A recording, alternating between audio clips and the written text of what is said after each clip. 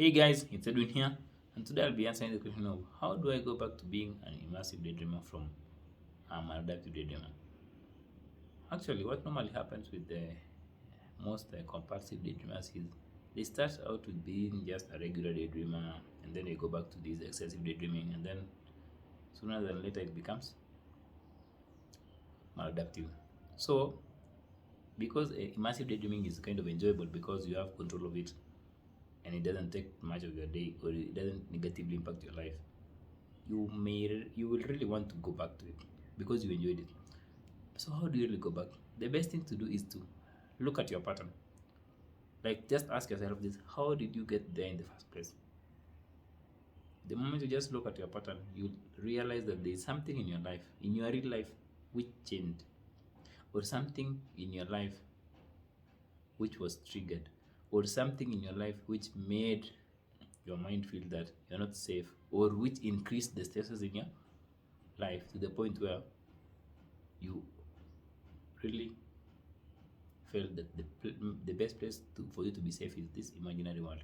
And that thing in your life can be maybe a new relationship, maybe lack of a job. It can just be those things which can make life more stressful. But the thing is, it's not just about that. It's just about working on the stress in your real life. Like, how can you manage the stress in your real life?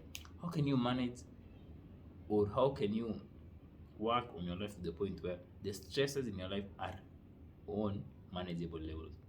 And what you have to do here is, of course, as always, work on those processing emotions, because what made you, or what made the daydreaming excessive or maladaptive in the first place is because in life we run away from negative emotions, mostly unconsciously and at times consciously, just avoiding it because it's painful. So when we run away from these emotions, they never really go away.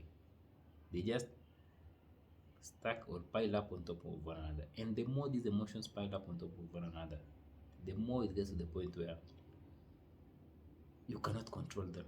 Like, they just really come to the surface. It's like you've been suppressing them. So once they blow up and come to the surface, the mind resorts to something to protect you. So now the subconscious mind, or those unprocessed emotions, actually, it is part the same thing. Now those unprocessed emotions know what to do when they come to the surface. So you had control before, but now those emotions take you to this imaginary world. Now that's when it becomes uncontrollable. So what you have to do is to deal with processing those emotions, or stop piling up negative emotions. But because you've been piling up these emotions for a long time, sometimes it may be necessary for you to really work with a therapist who's mostly informed with traumas and all those, and just addressing those subconscious patterns. Because yeah, you can do it by yourself, but most of the time it will really be challenging, because the mind will not really let you. The mind will not let you get out of that comfort zone, because now maladaptive daydreaming is more of a comfort zone to the mind. Yes, you want to go back to the same thing. It's like being an addict and then wanting, yeah, let's say addicted to a substance, and then wanting to go back to slight of the substance. It's really a challenge, because if you go back without dealing with the real issues, you'll still find yourself rocking back and forth. But once you deal with the real issues, you will get to the point where you will even not need immersive daydreaming in your life. Yeah, that's the point. It will just be a normal aspect of your life. You can decide not to do it, or you can decide not to do it. So you can go back by working on the real issues, on the root causes, or on the underlying issues which compelled you to start start daydreaming in the first place, or compelled you to this point where your daydreaming has become uncontrollable. But always focus on not going back as your goal.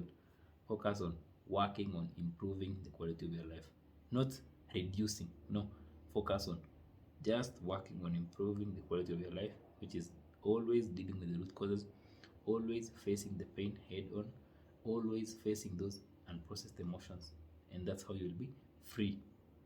Because life is beyond the daydreaming. Like, there's life beyond daydreaming, there's life beyond immersive daydreaming. Life is just a whole spectrum. Hope you found that informative, guys. Until next time, have a nice day.